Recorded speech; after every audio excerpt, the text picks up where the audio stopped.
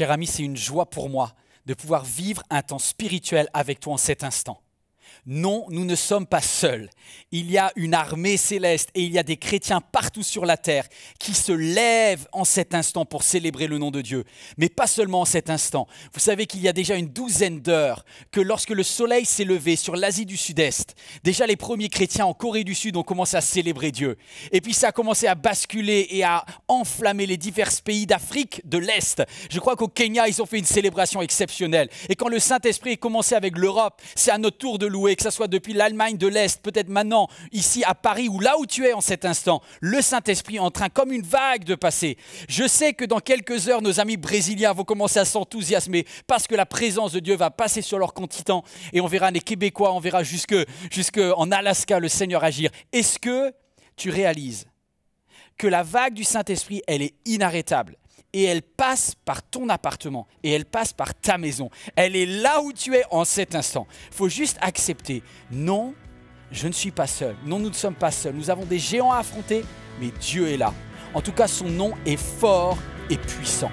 Alors on va se positionner. Là où tu es en cet instant, tu te positionnes et tu dis, Dieu, je te proclame comme supérieur à toute difficulté, à tout géant que je dois rencontrer aujourd'hui.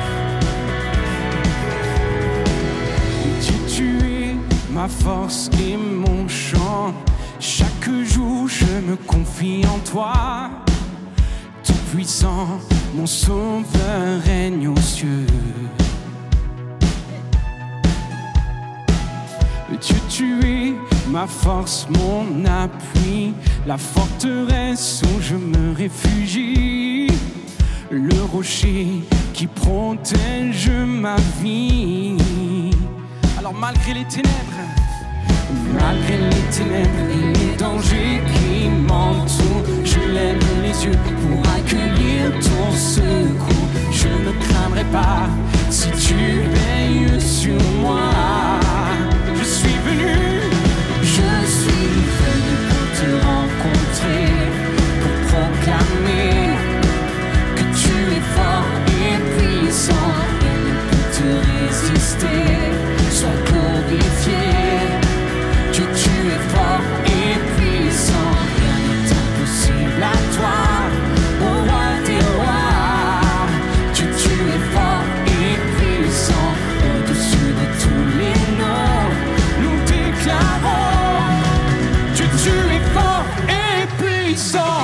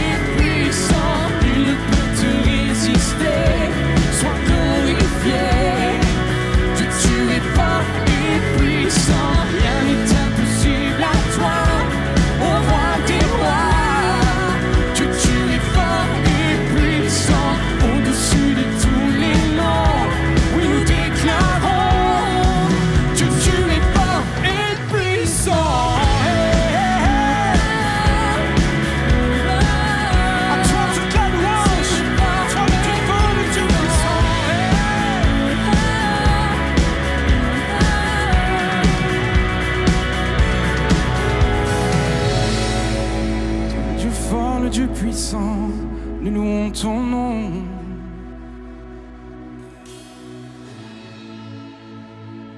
Regardons à toi et nous te louons, et nous déclarons que rien ne peut me séparer de ton amour manifesté en Jésus-Christ, mon sauveur règne aux cieux.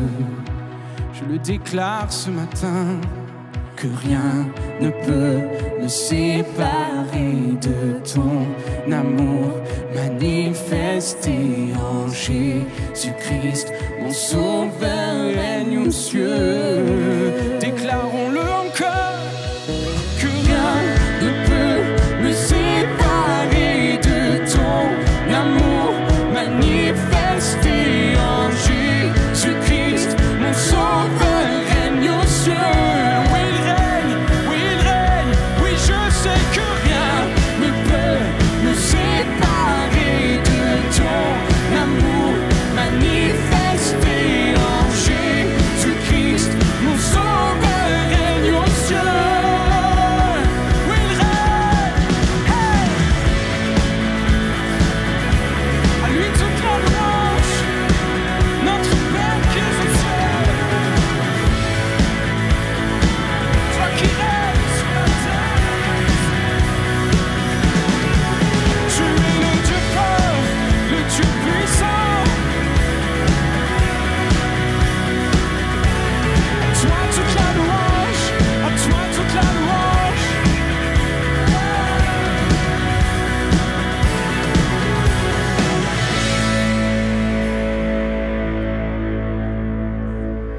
Je suis venu pour te rencontrer, pour proclamer que tu es fort et puissant.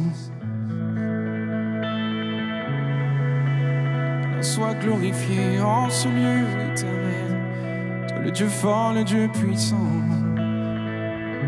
Je loue ton nom, car rien n'est impossible à toi. C'est pourquoi j'élève ma voix pour louer ton nom. J'avais vraiment à cœur en préparant ce temps à juste lire ces quelques versets du psaume 93, 92 selon la version que vous avez. Voilà ce qui nous est dit. Le Seigneur est roi, drapé de majesté comme d'un vêtement, entouré de force comme d'une ceinture. La terre est donc ferme, elle tiendra bon. Seigneur, depuis longtemps, ton trône est solidement établi et depuis toujours, tu es Dieu. Ce matin, Seigneur, c'est ton peuple qui loue ton nom, qui se tourne vers toi, qui chante tes louanges et qui se rappelle que tu es Dieu.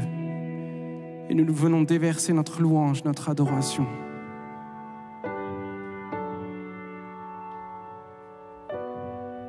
Des cœurs sincères qui louent ton nom, qui chantent les merveilles de ta bonté.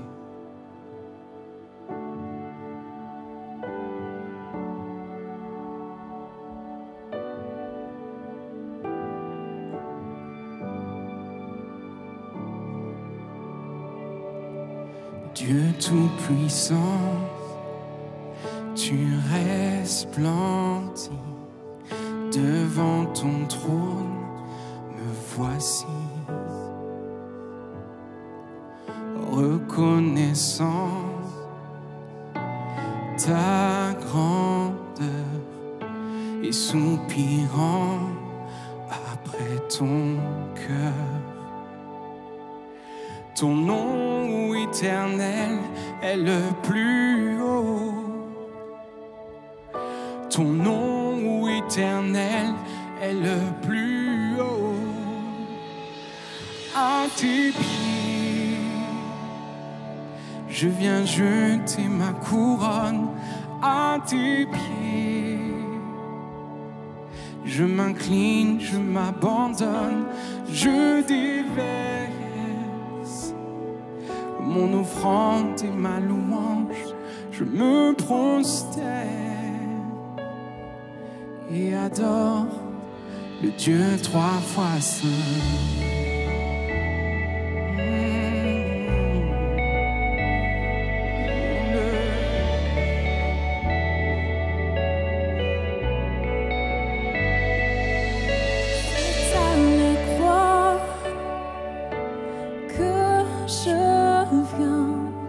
Dans ta présence, je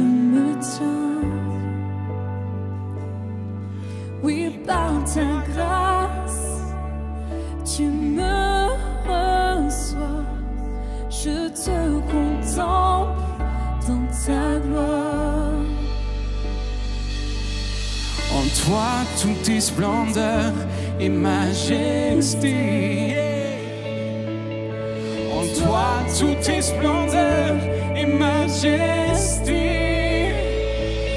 À tes pieds, je viens jeter ma couronne. À tes pieds, je m'incline, je m'abandonne, je déverse mon offrande et ma louange. Je me prosterne et adore le Dieu trois fois saint. Le Dieu trois fois saint. Venons, adorons le Dieu trois fois saint. Louons son nom, louons son nom.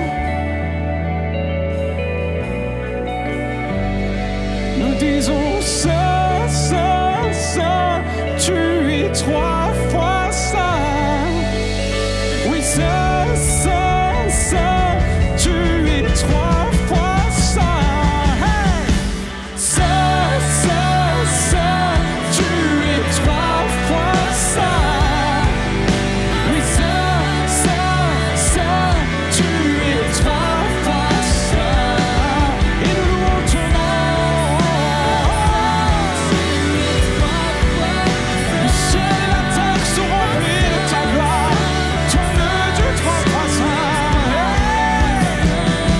Nous disons Saint, Saint, Saint, tu es trois fois saint. Oh Saint, Saint, Saint, tu es trois fois saint. Hey!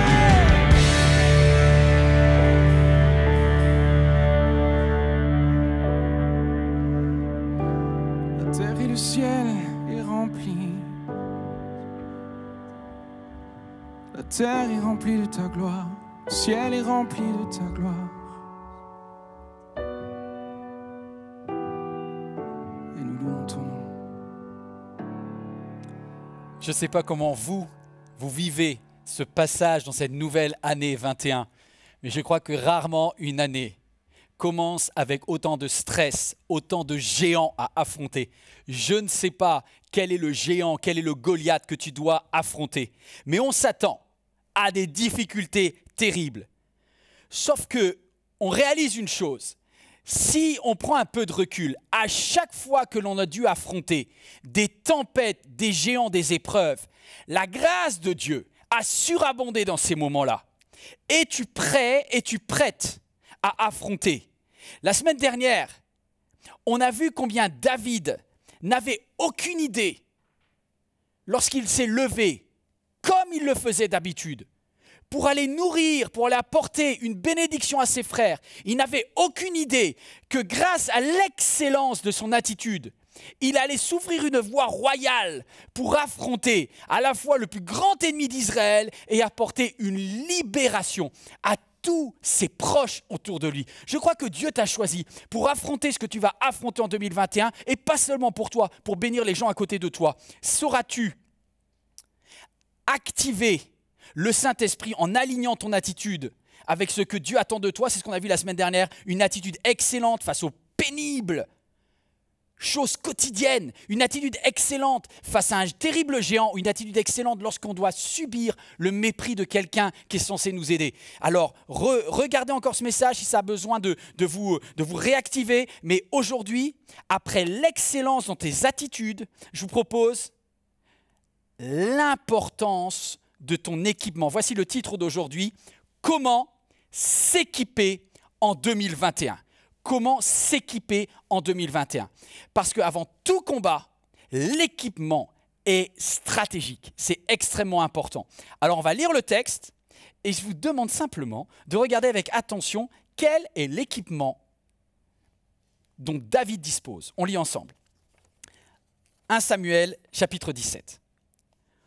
Aussitôt, le Philistin se mit à avancer en direction de David qui, de son côté, se hâta de courir vers la ligne ennemie, au-devant du Philistin. David plongea la main dans son sac et il tira une pierre, un caillou, il la lança avec sa fronde. Il atteignit le Philistin en plein front et la pierre pénétra dans son crâne. Il s'écroula face contre terre. Ainsi, imaginez ça, sans épée, avec sa fronde et une pierre, David triompha du Philistin, et le frappa et le tua. Il courut, il s'arrêta près du Philistin, il prit son épée, la tirant du fourreau, il l'acheva en lui coupant la tête. Quand les Philistins virent que leur héros était mort, ils prirent la fuite. Et tous les soldats d'Israël et de Juda s'élancèrent en poussant des cris de guerre et ils poursuivirent les Philistins. C'est incroyable, quelle victoire extraordinaire. Alors laissez-moi souligner l'équipement de David. Je sais ce que vous allez dire. Franchement, il n'avait pas grand-chose. Il a pris une pierre et une fronde. Comment, Yvan, tu peux nous parler de l'importance de l'équipement alors qu'il est parti avec une simple pierre et une fronde? Ça veut dire qu'on ne doit pas s'équiper. C'est faux. Il y a 3 types d'équipements. Le premier équipement, c'est l'équipement dans ta tête. Et on verra dans un premier point comment bien s'équiper mentalement. Et là, il est prêt. Ensuite, comment bien s'équiper matériellement. Et parfois, ce n'est pas prendre des choses en trop, c'est savoir te délester de certains équipements inutiles. C'est ça aussi, bien s'équiper. Et enfin, en 3e point, on verra comment bien s'équiper spirituellement. Vous êtes prêts? Moi, je suis motivé comme jamais pour essayer de vous donner une pensée de Dieu en cet instant pour vous. Alors, grand 1, comment bien s'équiper mentalement? Mentalement. Ta motivation va être attaquée. Il y a un combat entre tes 2 oreilles et Satan va essayer de casser ta motivation au combat.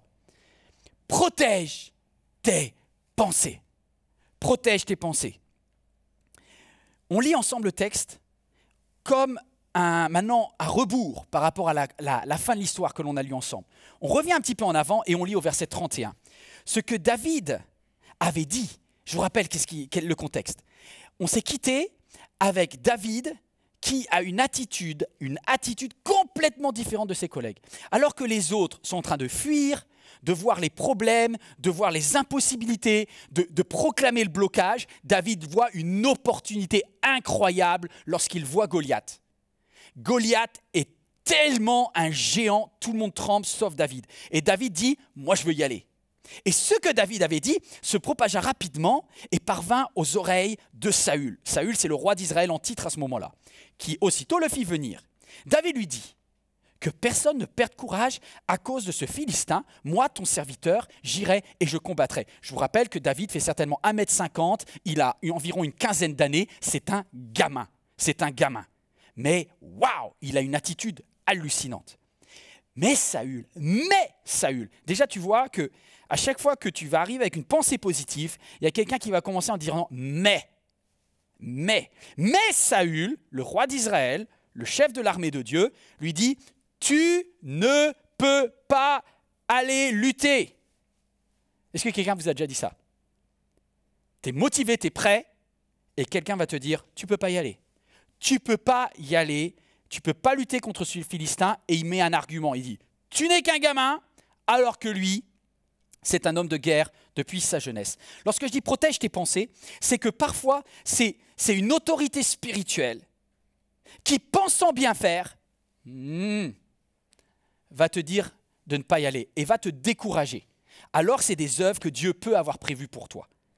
Face à un refus, la première parole que le roi d'Israël, mais c'est pas possible, ce roi d'Israël est bloqué, il a une armée bloquée, ça fait 40 jours qu'ils n'ont pas gagné 1 centimètre.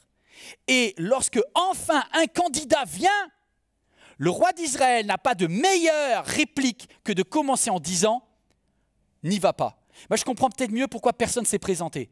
Parce que lorsqu'un leader a l'habitude de dire « c'est pas possible », forcément, ça bloque tout le monde derrière. Et on a un leader qui bloque.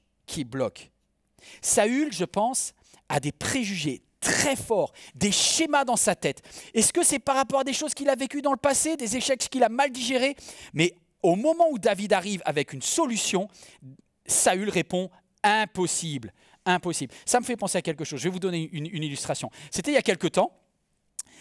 lorsque j'étais à l'époque pasteur stagiaire, j'ai dû... moi, je suis passionné par l'immobilier et j'ai essayé de trouver, pour l'église dans laquelle je travaillais, trouver un bâtiment. Et mon pasteur, qui pour moi est un grand homme de Dieu, et je l'aime beaucoup et je le salue, il m'avait dit, viens, on va visiter un bâtiment. On est allé visiter un premier bâtiment, un deuxième bâtiment. Mais l'immobilier à Paris, mais c'est impossible. À chaque fois qu'on y allait, c'est comme si nos dents étaient cassées au dernier moment. Et le temps a passé. Quelques années plus tard, je suis allé aux États-Unis, je suis revenu, et puis j'ai eu la grâce de Dieu d'implanter cette église MLK ici à 7 km du centre de Paris. C'est à peu près les mêmes conditions, pas beaucoup de différence. Et avec beaucoup de joie, et je me rappelle ce moment où le pasteur Christophe et moi, on allait faire la visite du premier bâtiment qu'on appellera MLK 1. C'était en 2008, 2008. On va avec pasteur Christophe, on fait la visite, on dit « Waouh, c'est génial ! Est-ce que tu t'es déjà enthousiasmé ?» Et à ce moment-là, alors qu'on est enthousiaste, on fait la visite et on fait une offre financière, on signe un compromis. Et pasteur Christophe, il appelle tout de suite le papa spirituel et il lui dit « Hey, j'ai une bonne nouvelle, on va la voir !» Et cet homme de Dieu remarquable a répondu au téléphone à Christophe « Non, ça ne marchera pas. » Et moi j'ai Christophe qui m'appelle en me disant « Yvan, je suis un peu... je ne sais pas comment convaincre. » J'ai dit à notre pasteur, à notre boss, j'ai dit c'est bon. Et il m'a dit non, ça ne va pas le faire. Je lui ai dit Christophe, laisse tomber. On l'invitera quand on aura les clés. Et il y a des moments où un homme de Dieu remarquable peut juste en avoir cette réaction, peut-être en voulant te protéger, parce qu'il a peur que tu sois blessé, parce qu'il a peur que toi-même tu sois peut-être désillusionné comme lui plus tard. Il arrive avec cette idée de blocage, ça ne va pas le faire. Et moi j'ai dit à Christophe, on ne convainc pas quelqu'un, on apporte une célébration. Et on est arrivé avec les clés. Je me rappelle quand j'ai appelé mon pasteur et j'ai dit est-ce que tu es prêt à venir? Il dit c'est pas possible. J'ai dit mais si c'est possible, on a les clés. On a les clés. On a les clés. Dieu est extraordinaire. Ne laisse pas les échecs passés, les paroles de quelqu'un qui a voulu te protéger et qui t'a dit non, c'est impossible, t'empêcher de rentrer dans ta destinée. T'es prêt? T'es prête à vivre? Eh bien, ça va être quelque chose. Je voudrais peut-être revenir au cas de Saül. Je sors de mon exemple, de mon illustration et je reviens au texte. Dans le texte, le roi Saül dit non. Et je me suis posé la question, et je travaillais avec Éric Dufour ce message, je me suis posé cette question, je me suis dit pourquoi le roi Saül dit non? Et là, tout d'un coup, il y a une phrase que je n'ai pas lue, mais qui peut-être va t'interpeller. Cette phrase, elle est la suivante. Cette phrase, c'est quelques jours avant, lorsque Goliath a provoqué le peuple d'Israël, il a dit « Amenez-moi un homme !» Et je pense qu'il y avait une stratégie de Goliath. Vous savez quelle était la stratégie de Goliath? Il voulait faire sortir quelqu'un de son trou. Il voulait faire sortir Saül de son trou. Et quand Goliath s'est avancé, Goliath était le plus grand de l'armée d'en face. Moi, j'ai une question. Qui était le plus grand de l'armée d'Israël? Vous voulez que je vous dise qui était le plus grand de l'armée d'Israël? Saül. En effet, tu lis dans 1 Samuel, au chapitre 9, tu vois cela, 1 Samuel chapitre 9, tu vois qu'en fait, l'homme qui était le plus grand en taille, au moment d'ailleurs où il a été choisi du roi par Dieu, Saül dépassait tout le monde d'une tête. Ça veut dire que justement ce Saül était le champion naturel du royaume d'Israël. Et je pense qu'une des raisons pourquoi Saül dit à David « Non, c'est impossible », parce qu'il se dit « Si moi qui étais le plus grand, je n'ai pas pu y aller, alors toi qui es petit, tu n'as aucune chance. » Et pourtant, c'était l'appel de Saül. Mais lorsqu'un leader se cache au lieu d'aller au combat, il risque de bloquer tous ceux qui, derrière, commencent à copier cette attitude. Je ne sais pas de quoi tu es leader, mais si tu fonctionnes avec la peur dans ta famille, tes enfants développeront des mécanismes de peur. Ouf. Si tu développes la peur et tu nourris la peur dans ton entreprise, les personnes qui travailleront sous tes ordres développeront des mécanismes de blocage et de peur. Tu n'amèneras personne là où tu n'es pas allé toi-même. Et cet argument que va donner Saül, c'est terrible parce qu'il parle de lui-même. Le problème de Saül, c'est quelqu'un qui se compare sans arrêt. Il vit dans la jalousie et dans la comparaison. C'est une des caractéristiques que l'on verra plus tard de Saül. Et lorsque Saül dit non à David, il dit « parce que toi, tu es un gamin, alors que lui, c'est un homme de guerre depuis sa jeunesse. » Sous-entendu, tu n'as pas d'expérience. Tout à l'heure, je poserai la question à mes amis dans MLK+, restez bien, parce que justement, je vais dire, est-ce que ça vous est déjà arrivé que, alors que tu étais jeune et que tu as voulu mettre un projet, quelqu'un t'a dit tu manques d'expérience? C'est très, très classique. Tu n'as pas d'expérience, c'est une phrase qui nous bloque. Et pourtant, regarde ici. C'est faux. David a de l'expérience. Il a de l'expérience et ce qu'il va répondre, on lit ensemble. David répondit à Saül, « Quand ton serviteur gardait les moutons de son père et qu'un lion ou même un ours survenait pour emporter une bête du troupeau, je courais après lui et je l'attaquais, je l'arrachais, la bête de sa gueule. Il allait la chercher. Hein.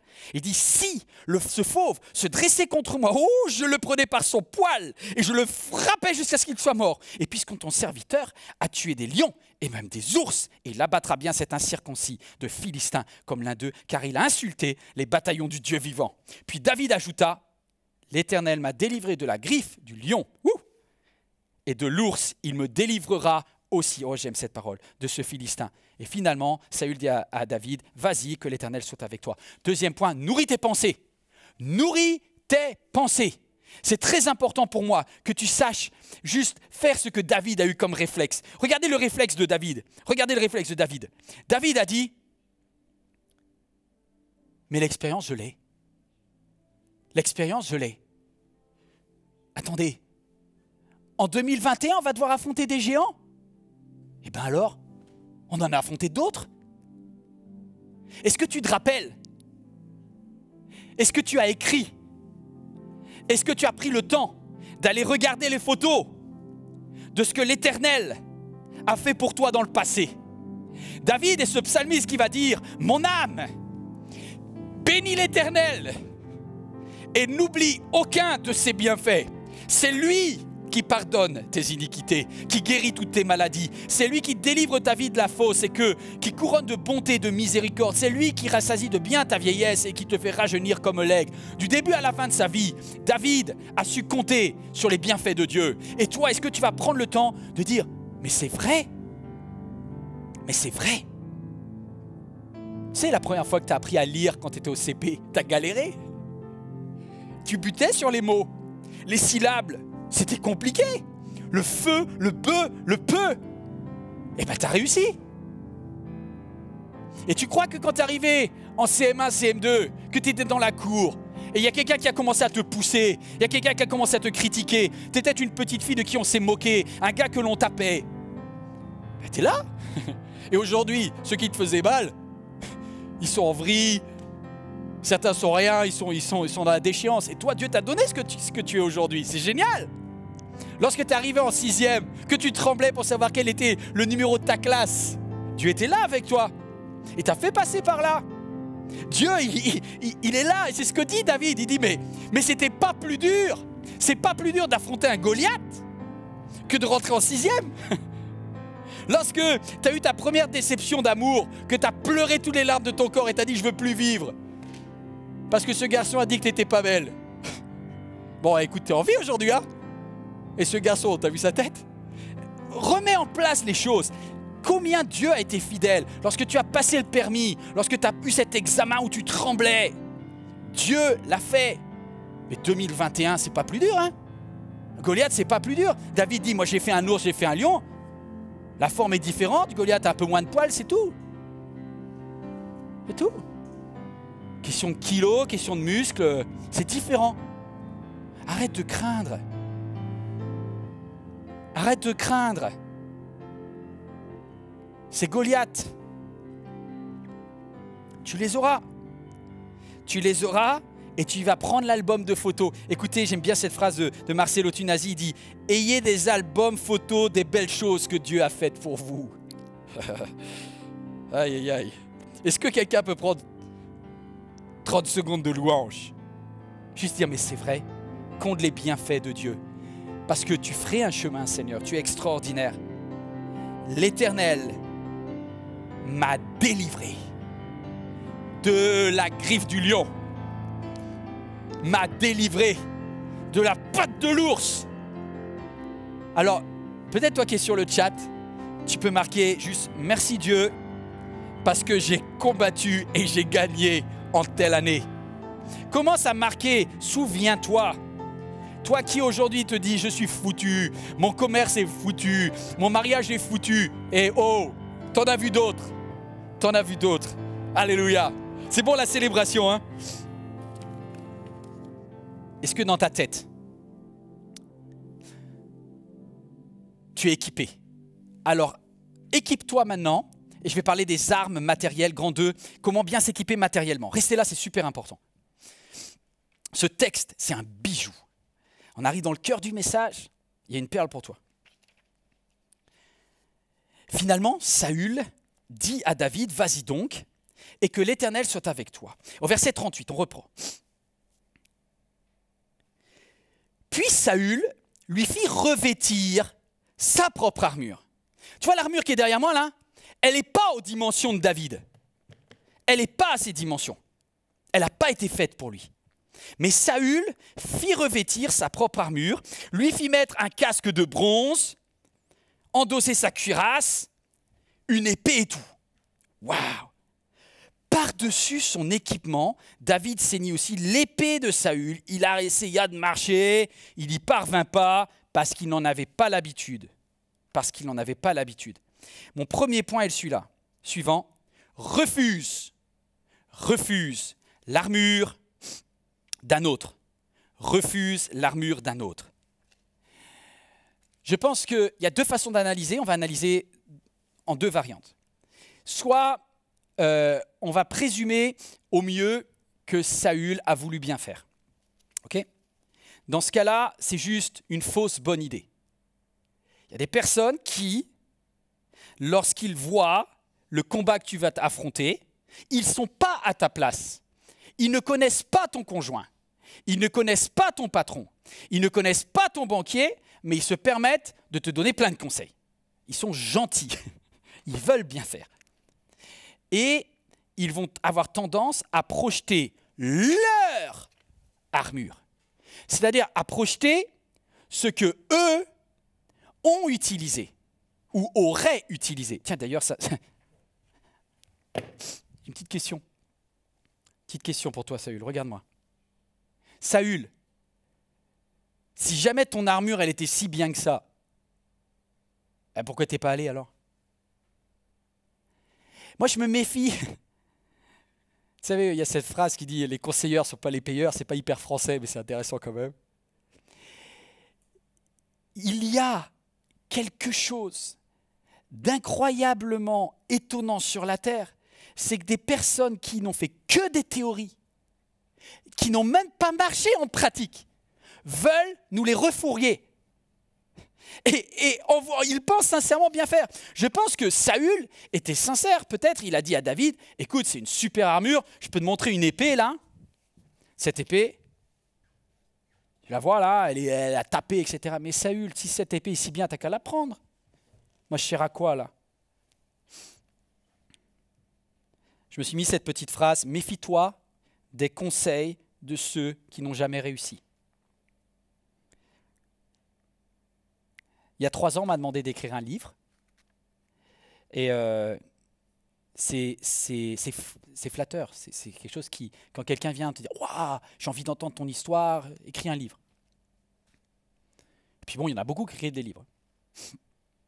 Et moi, j'ai répondu sincèrement « Non, je ne vais pas le faire maintenant. » Parce que je veux être sûr que ce que j'ai mis en place, c'était la bonne chose avec Dieu. Et donc j'ai voulu attendre notamment que notre bâtiment, pour tous ceux qui me disaient « donne-nous des conseils, écris un livre, donne-nous des conseils pour comment réussir au niveau de l'immobilier » tout ça, moi j'ai dit « je veux attendre d'être rentré, d'avoir inauguré. » Et quand j'aurai inauguré, alors je commencerai à parler. Parce que les personnes qui commencent à écrire des livres et qui n'ont rien inauguré du tout, je me méfie un petit peu. Il y a beaucoup de personnes qui sont bien intentionnées, qui veulent te donner des conseils qui peuvent paraître très spirituels et qui peut-être ont même marché pour eux, mais ça ne marche pas pour toi. Ça ne marche pas pour toi. Regardez ce que dit David.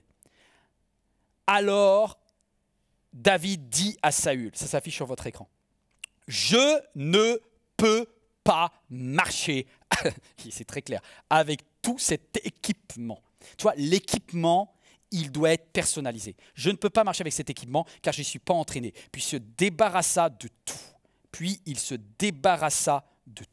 Moi, je crois une chose. J'ai dit que, au mieux, c'était une fausse bonne idée.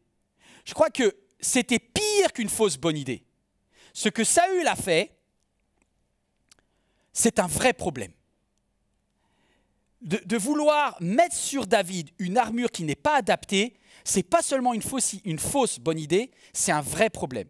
C'est un vrai problème parce que, quelque part, Saül est en train de mettre sur les épaules de David une charge qui est la suivante. Tu ne peux réussir que si tu le fais à ma façon. Et il y a beaucoup d'égocentrisme dans cette déclaration. En faisant ça, peut-être que Saül, qui aurait dû affronter Goliath, je vous rappelle qu'on pense que Saül, qui dépassait tout le monde d'une tête, c'est-à-dire qu'il faisait 20 à 25 cm de plus que tout le monde, c'est-à-dire qu'il devait atteindre peut-être les 2 mètres, Saül. C'était le seul qui était d'une taille correcte par rapport à Goliath. Je pense que Saül a tellement honte de son attitude, mais qu'il ne se l'avoue pas, qu'il veut envoyer ce petit gars se faire cramer pour lui, parce qu'il ne croit pas du tout que David va réussir, mais il se dit, au cas où le gars ne finit pas en boucherie, on dira, waouh, oh là là, le casque, comment ça l'a sauvé. Mais c'était le casque de qui? Ah bah oui, forcément, c'était le casque de Saül. Et l'épée là? Ah bah oui, Goliath est mort. C'est l'épée, c'était l'épée de Saül, gloire à Saül. Je pense que Saül est en train de faire... Saül ne supporte pas que les autres réussissent mieux que lui. Et le reste me dit, mais après vous avez le droit de ne pas être d'accord, je ne sais pas si vous avez déjà entendu parler de ce que c'est que des pervers narcissiques. Un pervers narcissique, c'est une personne qui a une image dévalorisante d'elle-même, mais qui se valorise en rabaissant les autres. Et ça, c'est tout à fait Saül. Saül, depuis qu'il est roi, il s'est planqué dans les bagages. C'est un gars qui n'est pas du tout bien dans son identité. Il a un appel qui est beaucoup plus grand que son caractère intérieur. Il a un appel qui dépasse largement son niveau de foi. Et il dysfonctionne parce que du coup, comme il se dévalorise, dans sa façon, je pense que pour moi, j'en parle avec René Delattre, pour moi c'est un pervers narcissique. Je suis très d'accord, c'est ce que disait René Delattre, un des pasteurs, le président des Assemblées de Dieu, avec qui je travaille ce message aussi. Il me disait, Yvan, je pense que Saül est un pervers narcissique parce qu'en fait, il a besoin d'écraser les autres pour pouvoir lui monter. Vous voyez je ne vais pas aller trop loin là-dedans, mais quand vous voyez quelqu'un qui cumule des caractéristiques comme très jaloux, menteur, colérique, dominateur, ça sent pas bon. Ça sent pas bon. Je voudrais vous dire, je fais une pause, je n'avais pas prévu de le dire, mais ça peut être une parole de Dieu pour quelqu'un. Ne rentre pas dans le mécanisme psychologique de quelqu'un comme ça. Ça finira mal. Même si c'est quelqu'un que tu aimes. Non, je reprends un petit peu. Même si c'est quelqu'un avec qui les liens sont très forts. Je pense à un fils, je pense à une mère, je pense à un père, je pense à quelqu'un qui s'appelle Jonathan. Jonathan, c'est le fils de Saül. Je n'ai pas besoin d'aller chercher loin. La Bible nous dit ça. Nous dit que le fils Jonathan savait que son père dysfonctionnait. Mais il est resté dans le schéma de son père.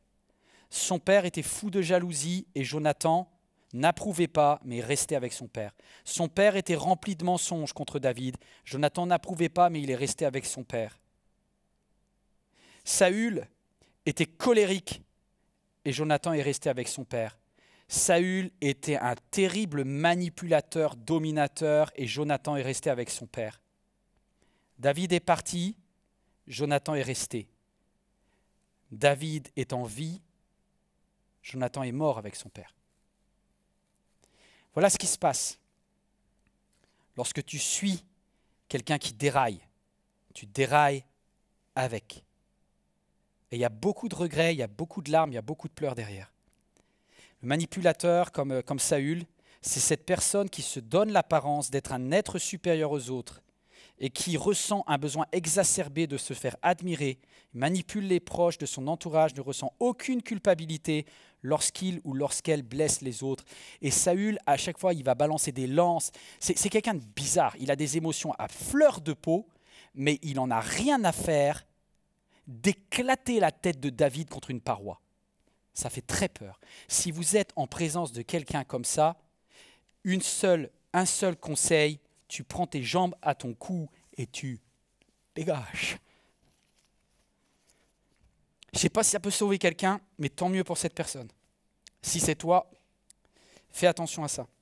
En tout cas, Saül va essayer de faire rentrer David dans son stratagème, plutôt dans son carcan, puisque c'est un carcan, c'est une forme de prison, c'est un carcan. Une armure là, comme l'armure de Saül, c'est un carcan pour toi, c'est une prison. Et quand tu la mets, tu es mal barré. Et ce que va faire, j'aime trop, plutôt que d'avoir sa tête prise, David va faire quelque chose d'incroyable. Et je vous rappelle qu'il a environ une quinzaine d'années, le gars. Il va s'habiller, il va obéir, et il va se dire, mais non, c'est pas moi ça. Et il va faire ça. Regardez. Oup. En plein milieu du champ de bataille, David va faire tomber l'armure du patron. Et mais vous savez pas quoi? Mais il y a des officiers, ils ont halluciné. Ils se disent, mais c'est qui ce bonhomme? Regarde, c'est qui ce bonhomme qui est capable d'aller outre les ordres du chef, quoi? Et il va dire, non, il dit à Saül, j'en peux pas. Et il prit dans sa main un bâton, il choisit des pierres au torrent. Regarde, on va aller au torrent, on va aller chercher les pierres. C'est ce que va faire David. Il va dire, moi, je n'ai pas besoin de ton matériel. Et il va au torrent et il va prendre 5 pierres. 2, 3, 4. Il les choisit bien. S'il y en a une qui ne va pas, il choisit bien ses pierres. Il a ses 5 pierres. Et là, c'est hallucinant. C'est hallucinant. Il prit son bâton et choisit dans le torrent 5 pierres bien lisses qu'il mit dans son sac de berger. Il se servait de sa besace et de sa fronde à la main et il s'avança vers le Philistin. Deuxième point, je te le mets, ça s'affiche sur tes écrans. Excelle, non pas avec les talents des autres, mais avec les tiens. Excelle avec les talents que Dieu t'a donnés. Le premier point, c'était refuse l'armure d'un autre. Le deuxième point, c'est très simple, c'est excelle avec les talents. Tu vois, les pierres, il ne les a pas prises au hasard. Il n'a pas ramené 5 cailloux comme ça. Il s'est dit, waouh, je sais que Dieu m'a permis d'avoir une expérience hallucinante de frondeur. Vous savez, on ne se rend pas compte, mais Saül, lui, vient de la bourgeoisie. Il vient de la haute, c'est des armes nobles, c'est les armes de l'armure, ça demande du fer. Vous savez que le fer est hors de prix à cette époque-là. Avoir un casque en fer, un casque en bronze, c'est une fortune. C'est l'équivalent des chevaliers au Moyen-Âge. Il fallait franchement avoir de l'argent pour avoir ce que Saül avait. Et David, lui, n'avait pas les moyens financiers. Donc il n'a pas appris à fonctionner avec ces armes-là. Oh, tu n'as pas le pétrole, tu n'as pas l'argent peut-être de quelqu'un qui te dit « fais comme moi ». Tu dis hey, « mais mon ami, je n'ai pas tes moyens, moi ». Mais je sais ce que j'ai. C'est là, il faut que tu saches quels sont les 5 talents. Les perroquins, j'ai failli en perdre un. Prends les 5 talents que Dieu t'a donnés et tu dis, Seigneur, comment je peux exceller avec ces talents-là? Comment je peux exceller? Il choisit 5 pierres. Les frondeurs n'avaient pas la lourdeur des gars en cuirasse, mais ils avaient l'agilité. David, en tant que frondeur, n'avait pas la puissance pour taper. Mais il avait la précision. Il était capable d'envoyer le petit caillou où il voulait. Tu vois, à chaque fois qu'il a une qualité, elle peut être légèrement différente des autres. Excelle dedans. On ne te demande pas d'être à la fois puissant et précis. On ne te demande pas forcément d'être agile et lourd. Ce sera même très difficile d'avoir les deux. Mais sois très bon, sois excellente dans ce que Dieu t'a donné. Je parlais avec Éric, c'est lui qui me partageait ces points. Et Éric Dufour, mon ami, mon pasteur, me disait, Yvan, ce texte de la cuirasse qu'il faut refuser et de ces pierres que l'on a, dans lesquelles il faut exceller. Il dit, ça me fait penser aux personnes que je vois en entretien, parce qu'en tant que thérapeute de pasteur, il voit de nombreux serviteurs de Dieu et servantes de Dieu, des femmes en or qui pleurent et qui pleurent, parce que toute leur vie, ils se sont sentis obligés de revêtir une armure qui n'était pas faite pour eux. Les églises ont tendance, mais c'est comme ça, c'est la vie, c'est tous les êtres humains. C'est comme une boîte, au sens d'entreprise, nous met en boîte. Et il y a un moment où tu dois être excellent, non pas dans les talents des autres. Tu vois, moi j'ai essayé le piano, c'est vraiment pas fait pour moi. À un moment, j'ai arrêté de jeûner pour avoir le rythme. Il y a un moment, il faut dire non, j'ai pas le rythme. C'est pas quoi, c'est pas le rythme qui sauve. Dieu a donné aux Antillais des dons extraordinaires. Je suis jaloux, mais tu sais pas quoi, c'est ok, je vais au ciel quand même. Et c'est génial, parce que j'ai pas le rythme. Mais bon, apparemment, si je sais pas chanter, je sais parler, c'est déjà pas mal. Ça demande moins de compétences. Chaque fois, sois excellent dans ce que tu as et tu ne vivras pas ta vie à côté. Tu ne vivras pas ta vie en passant à côté de ton identité, de ton appel. Vous êtes encore là. Je vous laisse un dernier point. Allez, un dernier point, après on se quitte. Sans plus tarder, on va voir une dernière vidéo. Cette vidéo de dernier moment de l'équipement.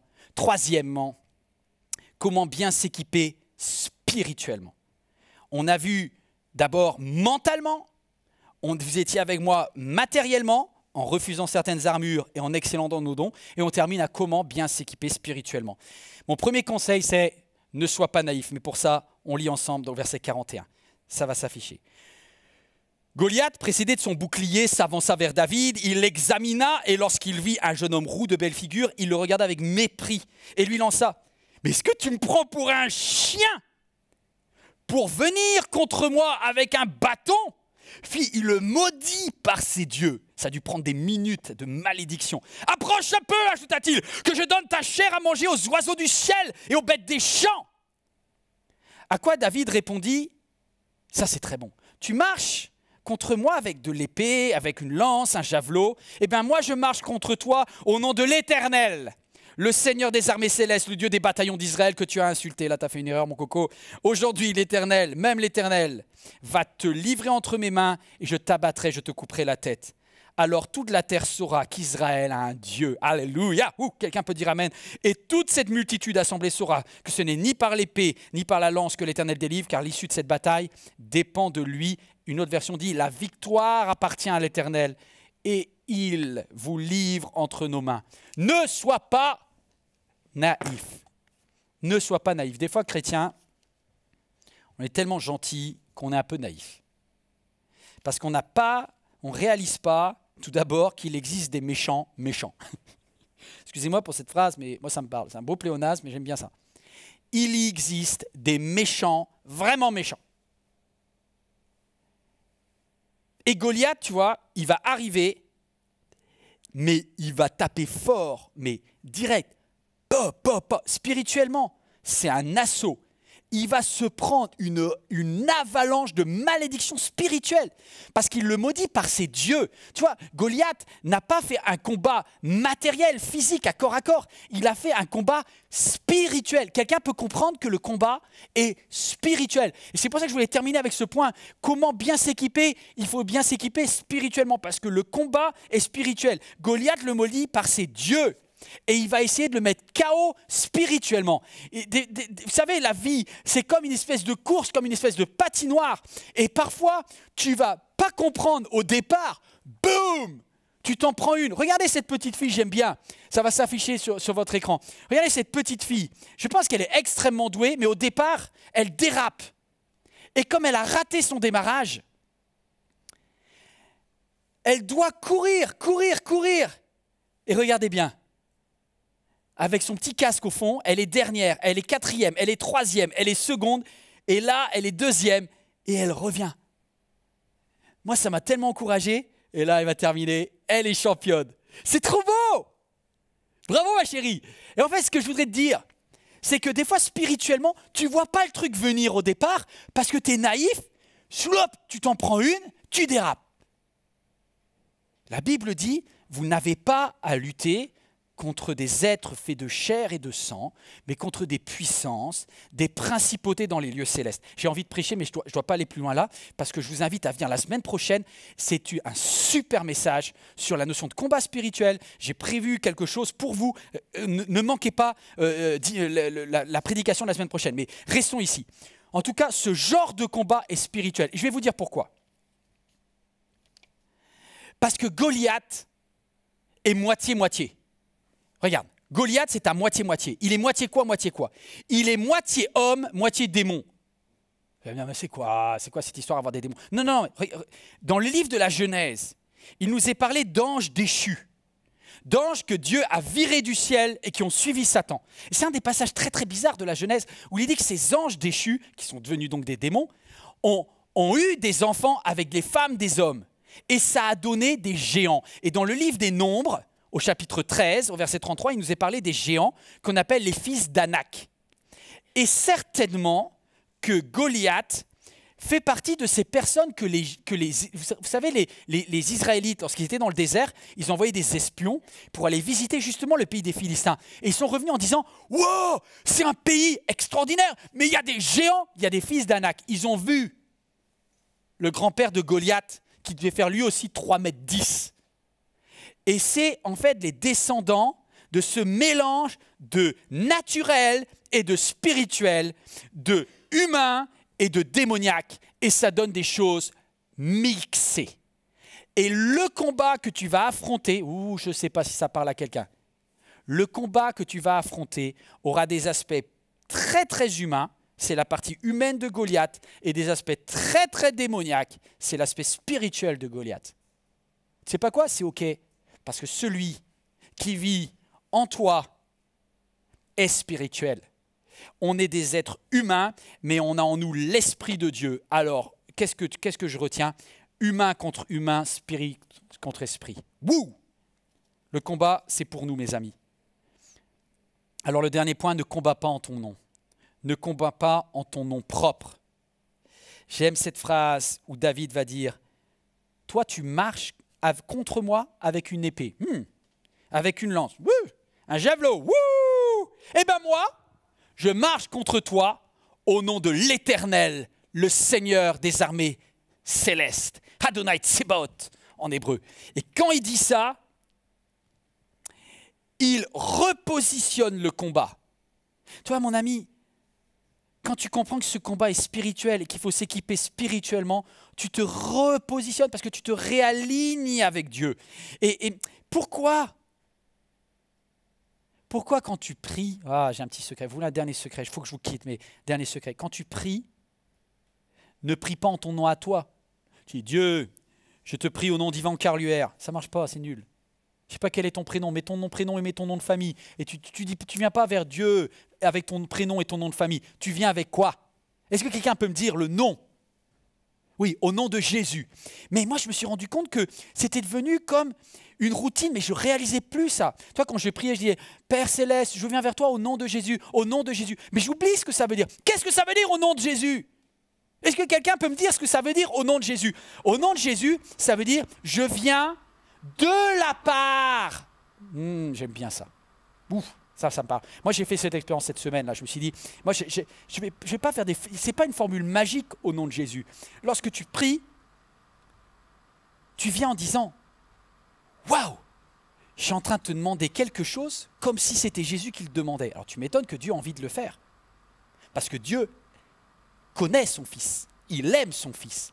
Et si tu viens vers Dieu en disant, au fait, Dieu, je viens de la part de Jésus qui me dit de te dire ça. À chaque fois que vous demanderez au Père quelque chose en mon nom, il vous l'accordera.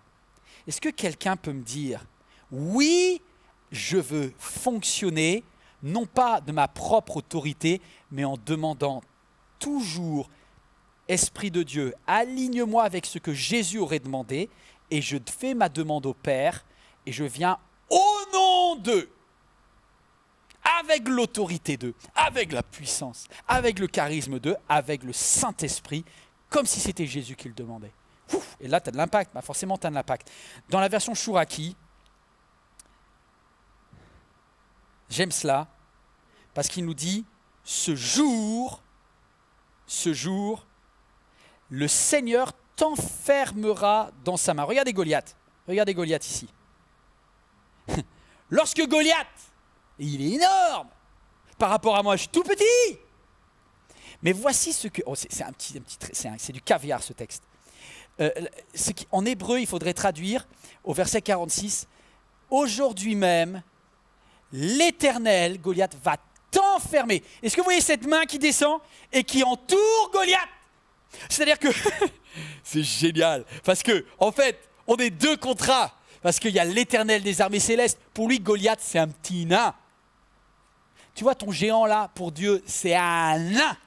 Et quand Dieu met sa main, il ne dit pas la main de Dieu va le déplacer, va lui faire une pichenette. Il dit carrément la main de Dieu va l'enfermer.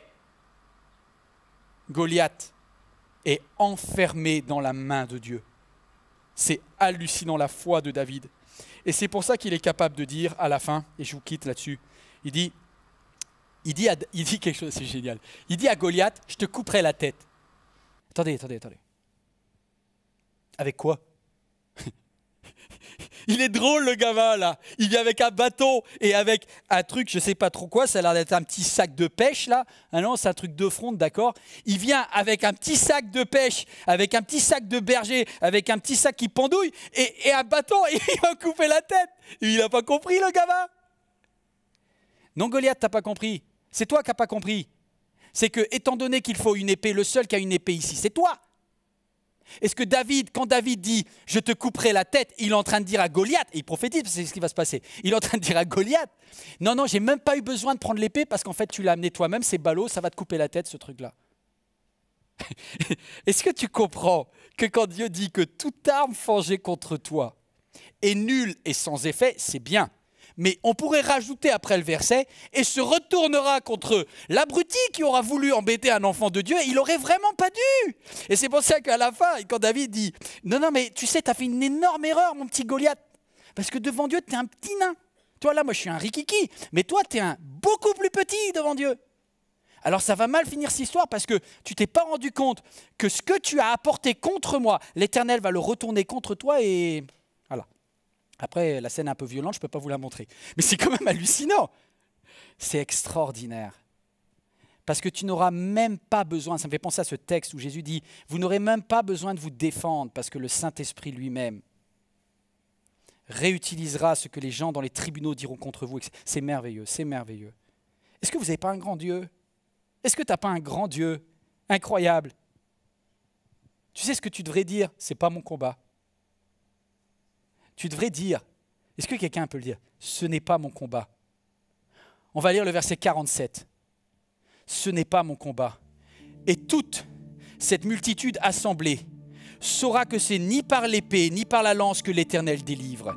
Car l'issue de cette bataille ne dépend pas de lui. La victoire appartient à l'Éternel et le livre entre nos mains. Waouh, ce n'est pas mon combat. N'es-tu pas celui qui tient les nations dans sa main, celui qui ne change point? N'es-tu pas celui qui considère tous mes besoins, chassant l'ennemi au loin?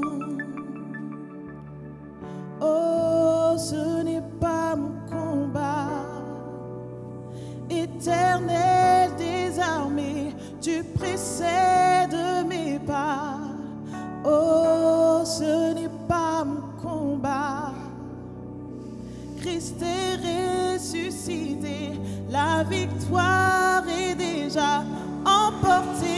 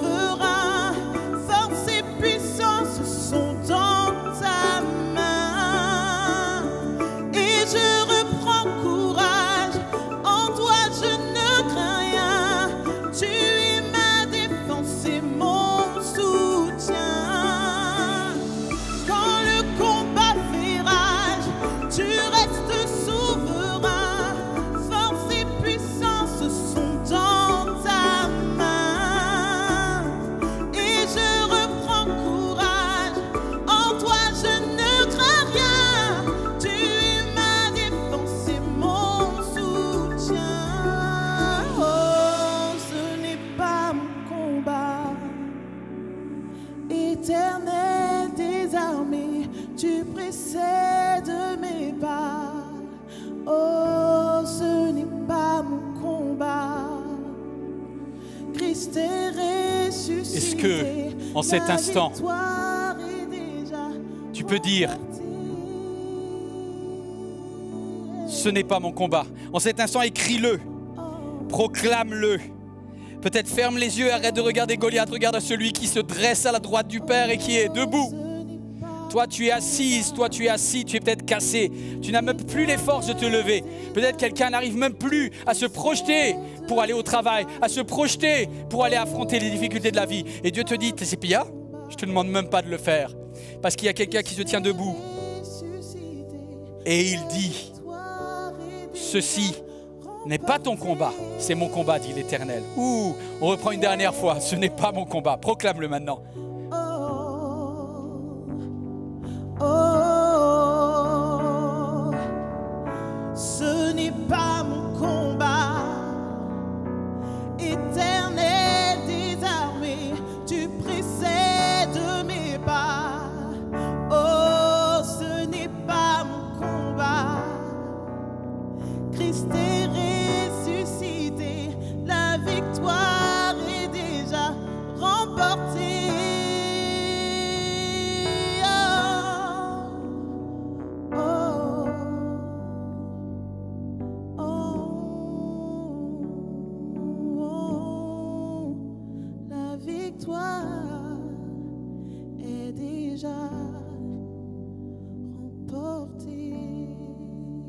Nous revoilà dans ce moment d'intimité où on va pouvoir avoir deux témoins qui vont partager leur expérience de vie personnelle. Et lorsque je choisissais les invités pour ce thème d'aujourd'hui, je voulais aussi rendre hommage à tous ceux qui, dans l'ombre, travaillent et combattent pour que vous puissiez affronter vos géants.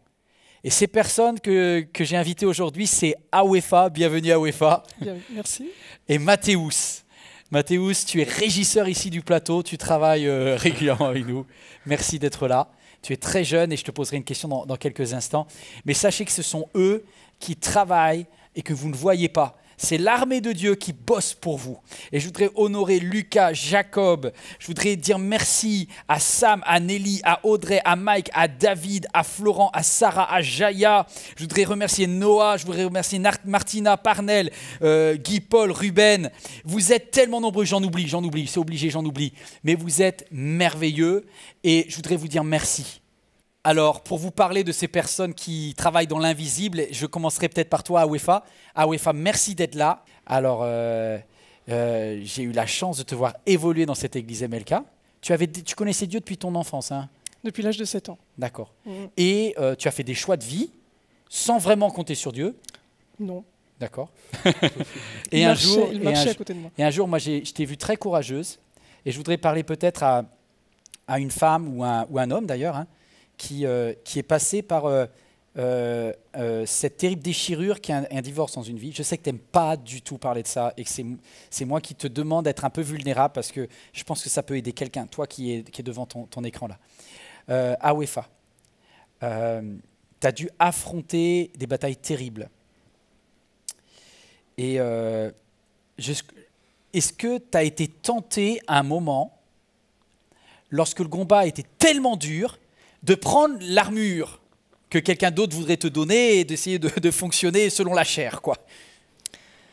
Alors on est généralement tous entourés de personnes qui nous aiment, qui veulent notre bien et qui nous conseillent, qui nous soutiennent par des conseils plus ou moins bien inspirés, même si c'est pour eux inspiré par l'amour qu'ils nous portent. Ouais. Et effectivement, il m'est arrivé notamment d'avoir un exemple très concret au moment de la séparation. Donc ça signifie, on sépare aussi les biens matériel. Ouais, financièrement, un divorce, c'est une horreur.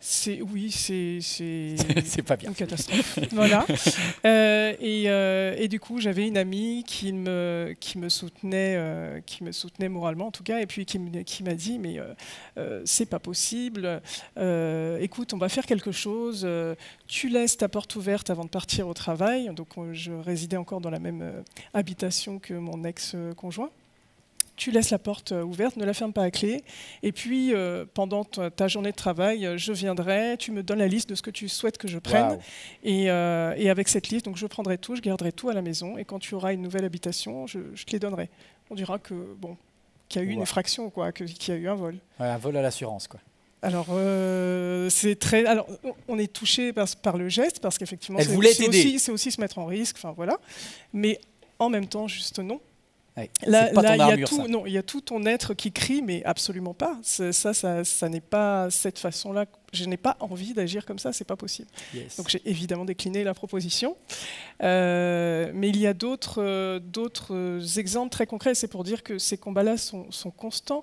C'est tout le temps. Ou par exemple, au moment de la séparation, il y a un fort enjeu sur les enfants, évidemment. C'est souvent le cas. Où là, on me conseille de déménager très vite et très loin, avant que le père des enfants puisse réagir et demander, solliciter quoi que ce soit, d'établir une situation qui ne sera plus contestable ensuite. Là aussi, non. Non, Seigneur, non, c'est pas possible. C'est tentant. Ça t'a tenté un moment de fonctionner avec des choses qui sont pas droites devant Dieu, mais qui seraient juste aux yeux de notre... Des hommes. Juste aux yeux des hommes, et puis il y a quand même toute l'injustice qui crie en nous, qui crie au désespoir, parce qu'on souffre, on est meurtri. C'est vraiment terrible d'être meurtri dans son âme, meurtri dans son corps, de vivre des combats permanents, constants, ça Dans ne ta cesse tête, jamais. ça c'était comment dans ta tête? C'était une sorte un blackout et un nid gap constant au-dessus de ma tête, comme ça, qui bourdonnait, et je n'arrivais absolument pas ni à réfléchir, ni à penser. C'était absolument impossible. Je n'avais que 2 moments très clairs de répit. C'était comme je n'avais plus de sommeil, plus d'appétit, plus rien. Le matin, entre 4 et 6 heures, je parlais avec Dieu, je l'écoutais, je passais beaucoup de temps à l'écouter. Wow. L'écouter, Donc c'est possible de s'en sortir alors? C'est extraordinaire. C'est bien que tu dis ça. C'est extraordinaire. Parce que Dieu, quand on prend le temps de l'écouter, nous permet d'aller mieux parce qu'il peut nous parler. Wow. Il peut nous parler. Wow. On va prendre la Sainte Seine avec tous ceux qui vivent une situation de combat où tu dis le combat fait rage, je n'arrive pas. En fait, c'est extraordinaire parce que quand cet être qui avait été cher était devenu un bourreau pour toi, en fait, la présence de Dieu, et tu as découvert plus que jamais l'amour de Dieu, en fait. Pendant qu'on va prendre la Sainte Seine, on va apprendre ce chant de Samuel Olivier qui nous parle de Dieu comme un père extraordinaire dans des moments où on se sent seul.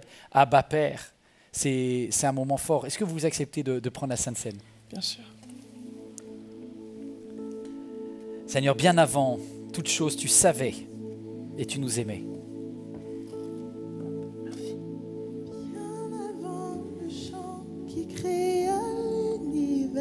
Saint-Esprit.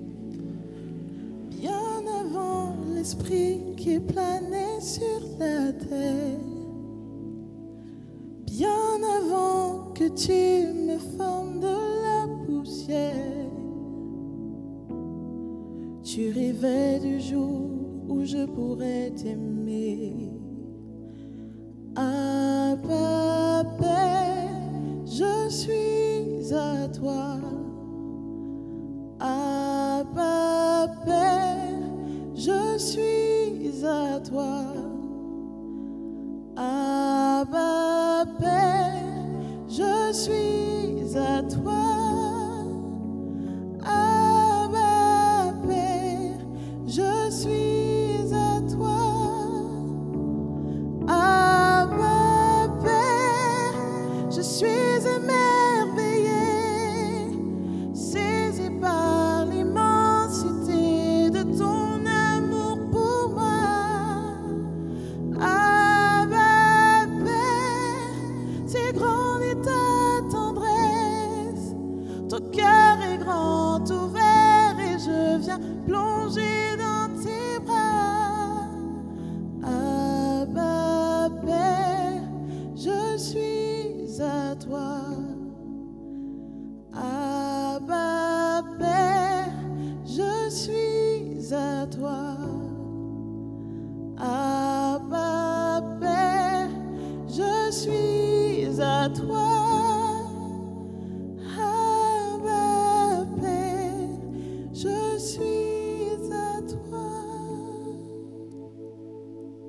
Est-ce que tu entends aussi cette voix de Dieu qui te parle et qui te dit « Mais toi aussi, tu es à moi ». Ça, c'est extraordinaire de voir que le Saint-Esprit, à l'intérieur de toi, parle avec le Père. Il exprime par des murmures que l'être humain ne pourrait pas exprimer et il parle à Dieu. Et ça, c'est juste extraordinaire. Alors, on va passer notre deuxième invité, Mathéus. Mathéus, je suis heureux que tu sois là parce que tu n'aimes pas trop être devant la caméra. Non. Donc, ma première question, c'est, aujourd'hui, tu as 23 ans et tu diriges le plateau, tu gères des techniciens, tu es hyper créatif, mais tu as commencé jeune. Waouh! Tu avais quel âge lorsque tu as commencé à servir Dieu? Bon, je devais avoir 14-15 ans. 14-15 ans, c'était... Ouais. Mais Yvan, peut-être avant de répondre à la question, là, ça me vient en tête maintenant, mais je devrais vraiment peut-être t'as pris du temps pour honorer un peu tous les équipiers, mais je voudrais aussi prendre du temps pour t'honorer toi. Ouais, c'est gentil. Si on est là aujourd'hui, si on peut faire tout ce qu'on fait aujourd'hui, c'est parce que on a quelqu'un à la tête, on a un leader qui est là en place et qui nous permet de faire tout ça. Et je te vois là depuis mars où on a commencé tout ça, je te vois toutes les semaines vraiment travailler et donner de toi et de nous laisser aussi, la prod ou les créatifs, les musiciens, etc. Vraiment prendre part à ça et c'est pas normal ce qui se passe ici ouais, je voulais vraiment te remercier pour ça, de nous faire confiance à nous les créatifs, nous les artistes, de nous laisser notre place aussi dans l'église.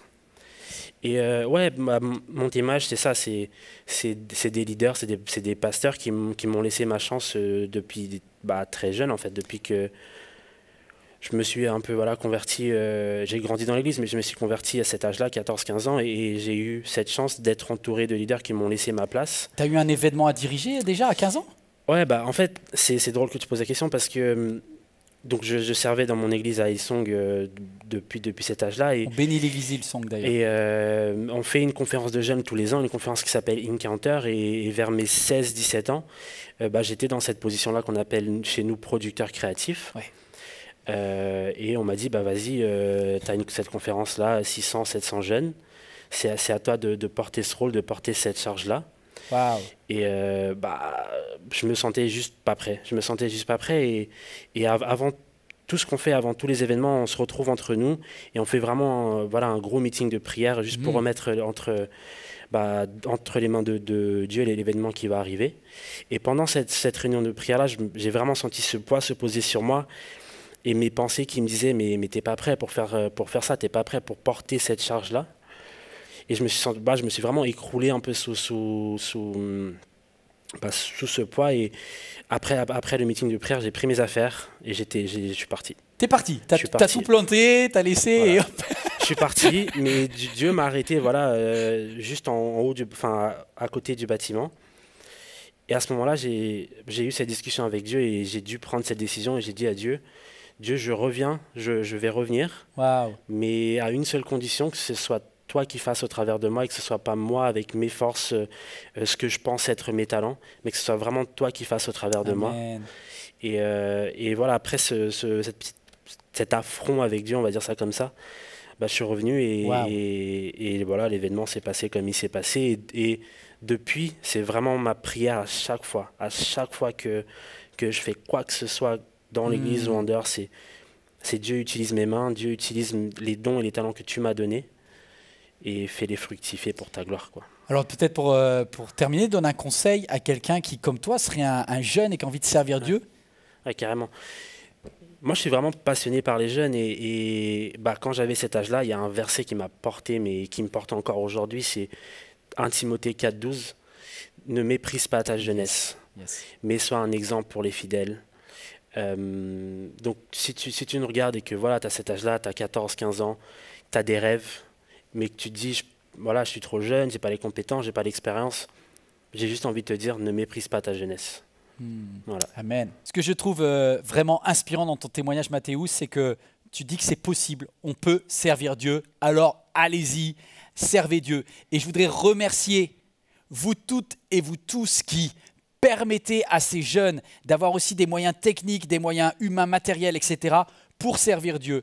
En fait, quelque part, vous êtes les bienfaiteurs de chaque personne devant son écran. Et vous qui êtes devant votre écran, vous êtes les bienfaiteurs de ceux qui ici travaillent et vous nous faites du bien par votre soutien financier. Vous pouvez soutenir en faisant vos dons, si c'est un don, une offrande pour l'église MLK. Vous êtes membre de cette église, vous êtes impliqué dans cette église et ce mois-ci, vous avez envie de servir Dieu. jeveudonner.fr, ça va s'afficher sur votre écran. Vous allez sur jeveudonner.fr et vous pouvez faire un don. Et si jamais vous vous inscrivez plutôt dans une démarche de construction de long terme, sur un engagement qui est annuel, n'hésitez pas à devenir partenaire. Ça peut être une somme qui est petite. Vous pouvez donner 10, 20, 30 euros, quoi que ce soit, mais chaque mois de dire, voilà, voici ce que je mets à part pour l'Éternel, parce que je crois que ce service a du sens. Donc c'est vraiment super et je vous remercie, parce que vous êtes nos bienfaiteurs quand vous faites ça, vous nous faites du bien. Alors on approche de la fin de ce bon moment, et je voudrais poser une dernière question à Wefat, à deux filles magnifiques. Je voudrais les honorer, c'est Naomi et Maya. Et j'ai une petite question, je leur fais un petit coucou. Qu'est-ce que tu donnerais comme conseil à toutes ces femmes qui sont peut-être mamans célibataires, toutes ces personnes qui luttent, et comme tu donnerais comme conseil à tes enfants? Vas-y, un petit mot de conclusion.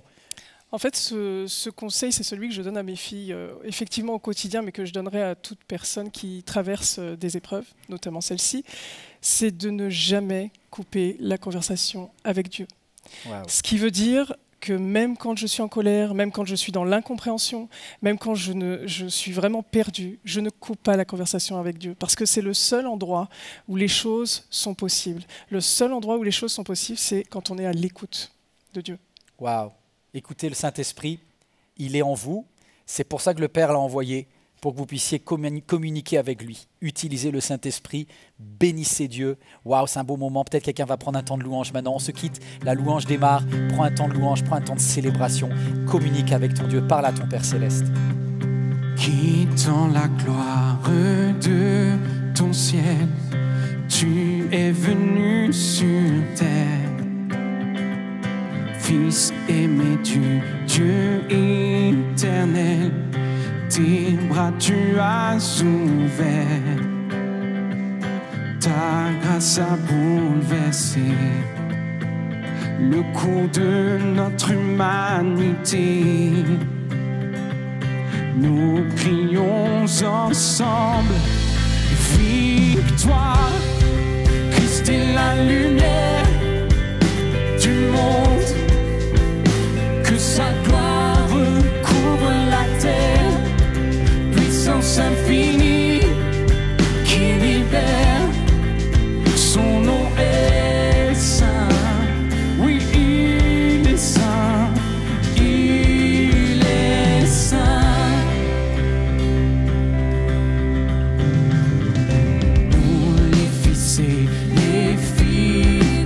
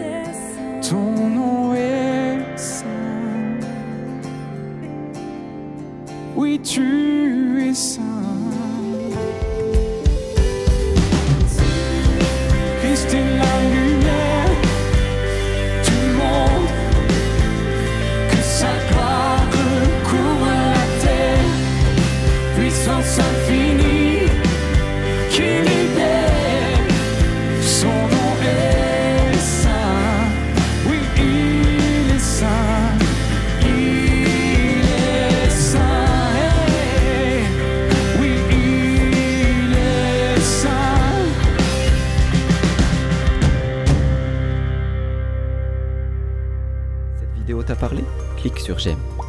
N'oublie pas également de t'abonner et de déclencher les notifications. Si cette vidéo t'a touché, elle peut aussi faire du bien à ceux qui t'entourent. Prends 5 minutes pour la partager à un proche ou à un ami qui en aurait besoin.